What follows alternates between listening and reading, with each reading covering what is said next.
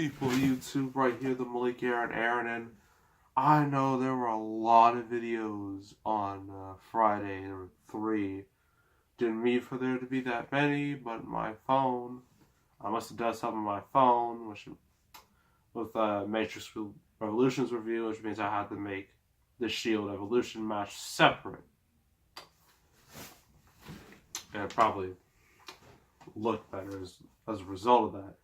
So, here we are again. I think things are going to get back to normal. Well, currently we're in the countdown to the Royal Rumble, 31-man Rumble. Keep that in mind. My most ambitious video of all time. I thought my most ambitious video was like that 20-man Rumble that came from my Fat 4-stick 100th review. Now we're getting to 150, and I'm just like, wow. This sure has lasted a long time. Longer than I thought it would ever last, but time flies fast, you know. So yeah, today's review. It is The Day After Tomorrow, made by the master of disaster. Hey, that rhymed.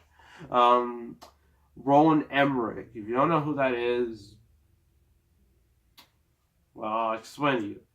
And he made Independence Day. He did that awful Godzilla remake. I believe he did The Patriot. He did that. He did this. He did 2012. Then he did White House Down. Then he did Independence Day Resurgence, and then he just fell off the grid. Now, his buddy, oh no, not him. He's not on there. Shame. His buddy's Dean Devlin, who worked with him for Independence Day. He's not. You may think, well, didn't Geostorm come out? Shouldn't you have reviewed this when Geostorm was coming out? Would it make more sense? Yes, but since nobody cared about Geostorm because it was really bad, and besides, these are randomized, so I have no control of when I review these. So, yeah. So this movie is basically what would happen if global warming went wrong and messed up the world. That's this movie. And now I'm going to read this tiny little passage with all these big old quotes. What a ride! Totally cool! Spectacular! Sounds like something people would say in the 90s. So, in this pulse-pounding action thriller, no, it's a disaster movie, let's be honest. Global warming, yep, triggers the onset of a new ice age. So global warming causes the world to turn into a big old giant ice cube. Sounds about right. So as tornadoes flatten Los Angeles and a tidal wave engulfs New York City, it's always New York and Los Angeles, the most important towns, according to Hollywood logic. The entire northern hemisphere begins to freeze solid. Now, climatologist Jack Hall, or Dennis Quaid, his son Sam, Jake Gyllenhaal. Shame he didn't get nominated for an Oscar for Nightcrawler. He was robbed. Yeah, that was bad. And a small band of survivors must ride out the growing superstorm and stay alive. So this has a bunch of disaster movie cliches, mainly with characters. Still a bit going over that cold. I wish it would go away, but it won't, at least right now. It'll probably go away by tomorrow. I'm filming this on Friday. This will come up Saturday, so hopefully it'll be gone by then. So you got Dennis Quaid, this man. He's a climatologist, works for the government, which means he's important.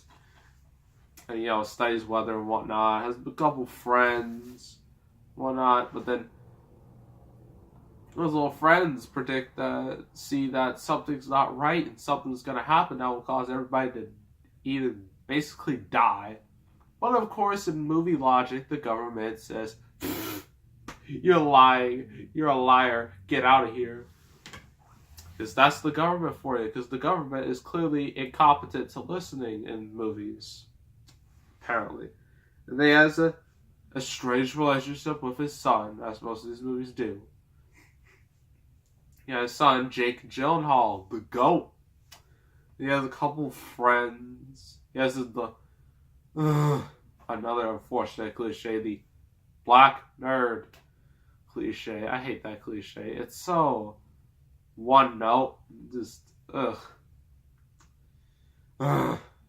so stupid. And then as a girl who, like, he crushes on, but he doesn't have the courage to ask her out. I'm just like, Roland Emmerich, can we please get to what you're known to do best? That's disaster. Let's get it. Whatnot. So Sam is all, like, super smart. He even goes to, like, this little I forgot what it's called. It reminds me of, like, what they did in Mean Girls. Yes, I've seen Mean Girls. Please don't judge. And I really like that movie. I would have it in my collection, but if I did, I would review it. So eventually Mean Girls will happen. But it reminds me of Mean Girls, where they're doing, like, the mathletes thing, and then you just have a couple people from here, a couple people from here, they have to answer questions. It's basically like that, if you've seen Mean Girls. So that happens, and then there's, like, hard rain just tumbling down. And just pouring, and, like, his friend's like, it's been raining for this for, like, 3 days now. And then you see, like, in the streets, water is, like, knee high, like, straight up knee, like, to waist level. I'm just like, how is anyone even outside? Honestly, shouldn't everybody stay indoors? I mean, that'd be the smart thing to do. But I guess people would get too bored to be indoors for that amount of time, and so they have to go out. Man. And then, like, a bunch of animals start, like, howling because they see something's wrong. A bunch of birds just fly away, as they do. And then they start happening, like, around the globe. Helicopters literally start freezing in midair. Everyone just freezes, just like human blocks of ice. Then there's, like, I believe it was either China or Japan, one of the two, somewhere in Asia, where, like, this big old hail coming down from the sky and, like, hitting dude's head. I'm just like,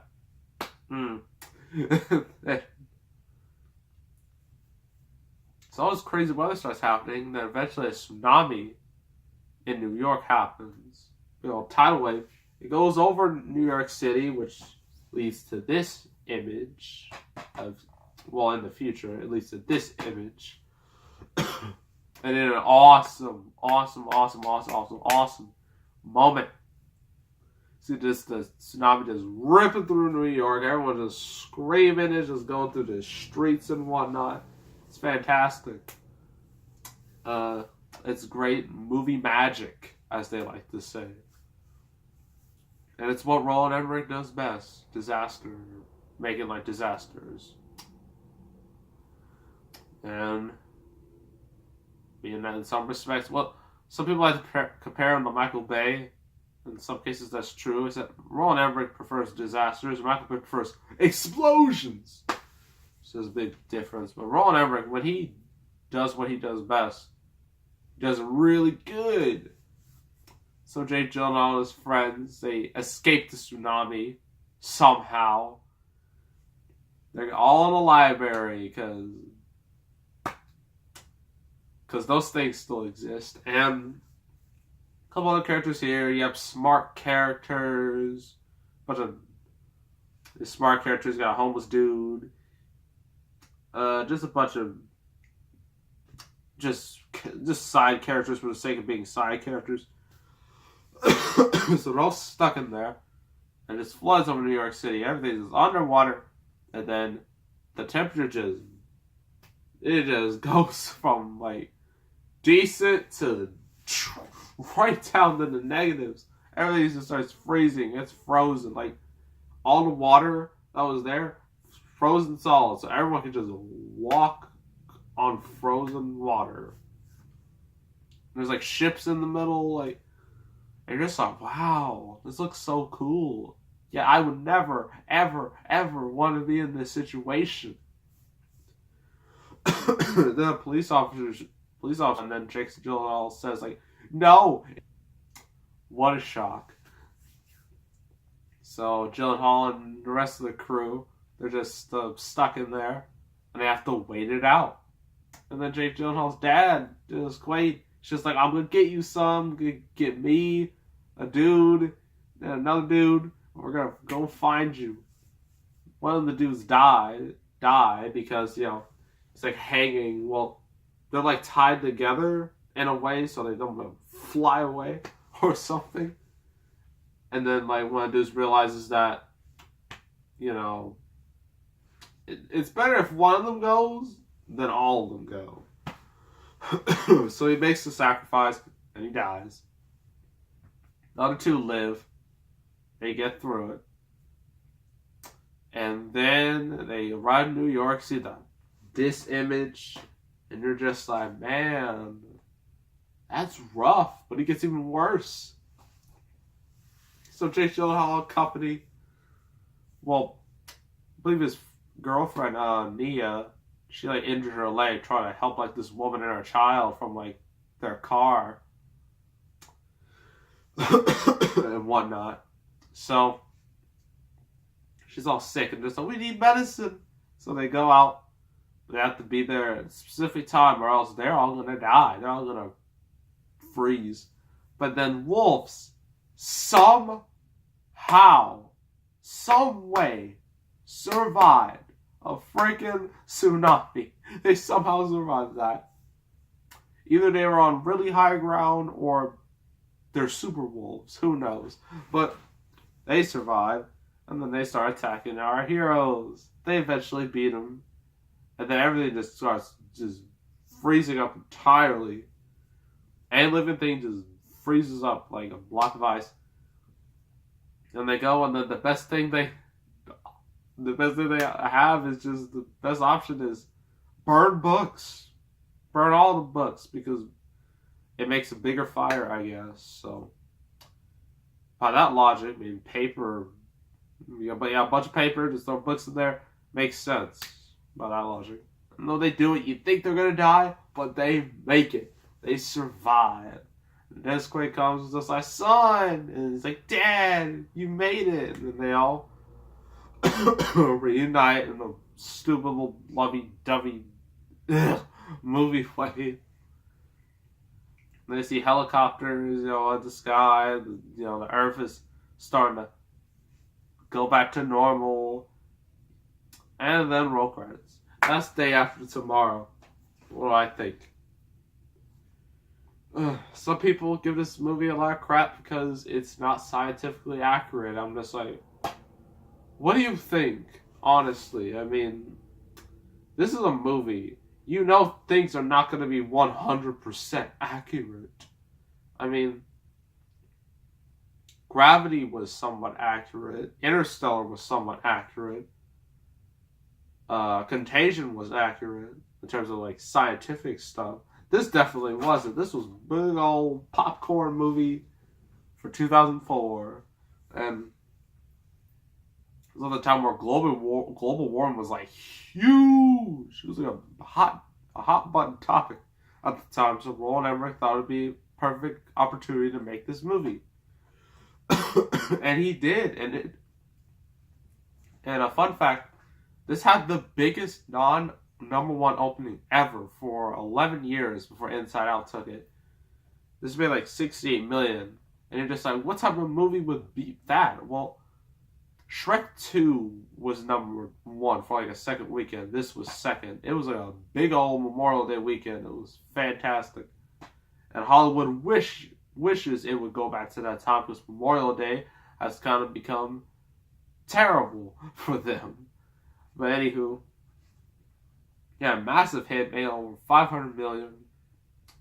So, yeah, it makes sense. I mean, people love disaster movies most of the time, but yeah. So the visual effects, because no one cares about the characters. Characters aren't important. The effects are. They're the ride. Effects are really good, especially the tsunami effects. Especially that whole sequence was just. If I had to rate that sequence, I'd give it a 10 out of 10. It was that good. What happens with the ice is pretty interesting. But also the characters, you kind of, and I mean kind of, care about them, but they're not all that interesting. They're just kind of, you must care for this person because reason. And that's all. That's basically all they are, honestly. The story is pretty predictable, pretty simple. So, yeah. That is The Day After Tomorrow. For entertainment's sake, I'm going to give it a 6, maybe 6.5 out of 10. I thought this was pretty entertaining once it got to the disaster stuff. Everything before that was just kind of bland, mediocre. But once it got to that, that's when the movie picked up and became real interesting. So yeah, 6.5. If you like Roland Emmerich movies, you'll like it. If you like disaster movies, you'll like this. As long as you do not care about or at least tolerate this movie. So, 6.5. Yeah. Day After Tomorrow. So, match time. I guess you could call this a continuation of Shield Evolution, but Vinnie Mac wants to fight Ric Flair, and not just in any normal match, a street fight. Because that clearly worked out for Vince at the 2002 Royal Rumble. He fought Flair in a street fight and he lost, so what makes him think that he's gonna win? I don't know what Vince is thinking anymore. He's crazy. He needs meds. He needs to sit down. That's what he needs. So we're gonna get to that match right now. All right, Flair. Yeah, Flair, I'm here. I'm ready to fight. Let's end this right now. Woo! You want to fight, son? Yeah, I want to kill WCW forever. Well, it's not going to happen, son. Oh, ring-a-ding-ding. Oh, Flair's going after Vince. Oh, and the street fight. Oh. Vince, he's got the robe. Oh. Take off the robe of Ric Flair. Oh, he's stomping on it. That's disrespectful, Vince. And he throws it away. Oh. What's Vince doing? No. Oh, threw stairs at poor Rick. Oh.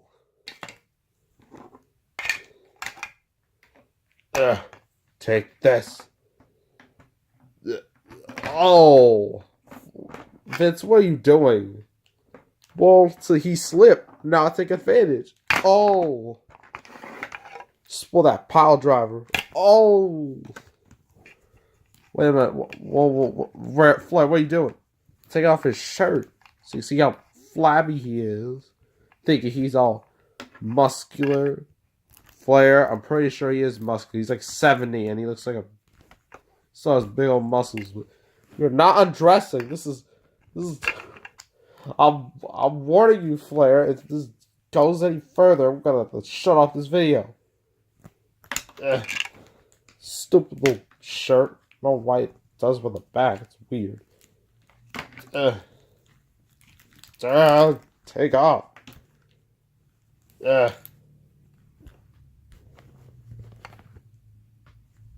Stupid shirt. Yeah. Really? He's got abs? Are you serious? That's stupid figure designers. They don't know real. They don't have real stats. Oh. That's what doing that. Oh. threw stairs. Oh, he throws more stairs. Oh. Oh. You know what? Done with this. Whoa, Vince, what are you doing? You can't remove a rope. I can, I will. It's a straight fight. Yeah. So now, you're gonna... No. Oh! Right onto that rope. Oh. Ooh. Oh, now there's just no rope going to that turnbuckle. It's just all by itself. Oh. Take that, son. Oh. Now I gotta get some things. Oh no, a stretcher. That's really not good. Vinnie Mac, this is for you. Because you deserve it. Woo! Oh.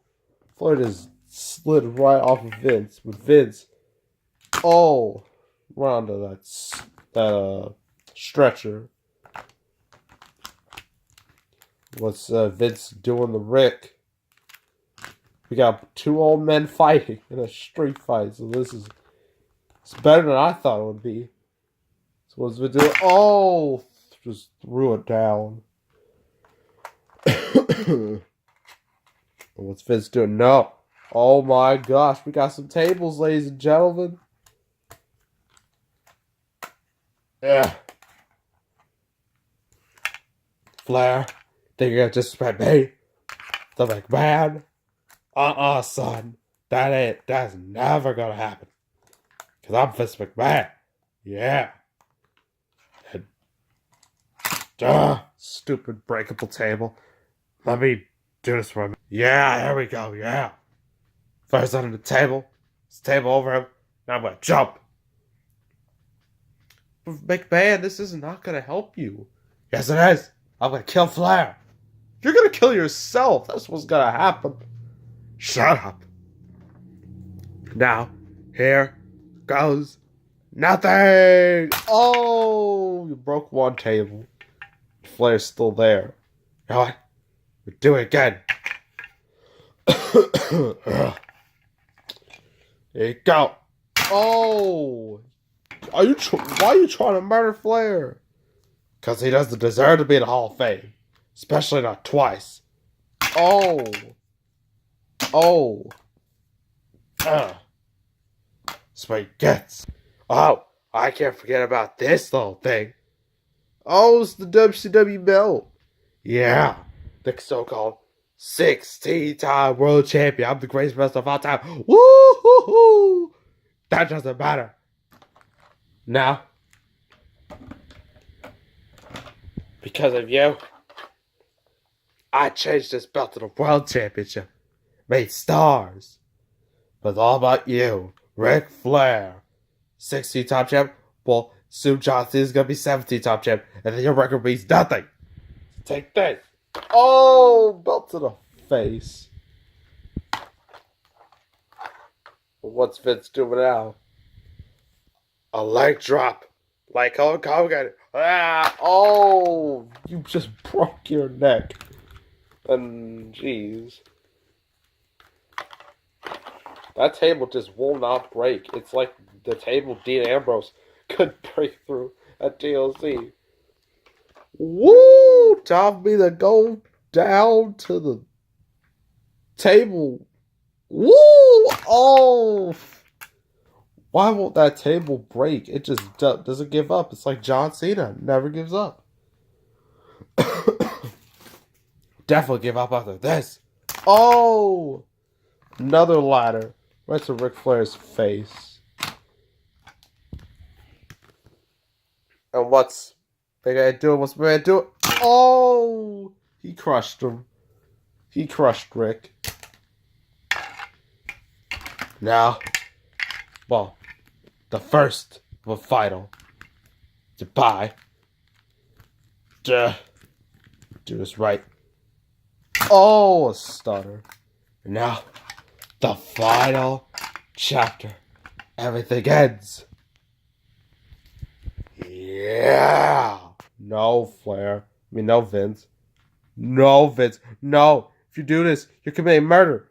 Who cares? I died anyway before. And I still came back to life. No, Vince. No, no, no. Oh, no. No. No, no, no. I'm cutting the camera. You better not cut that camera before I win. Alright.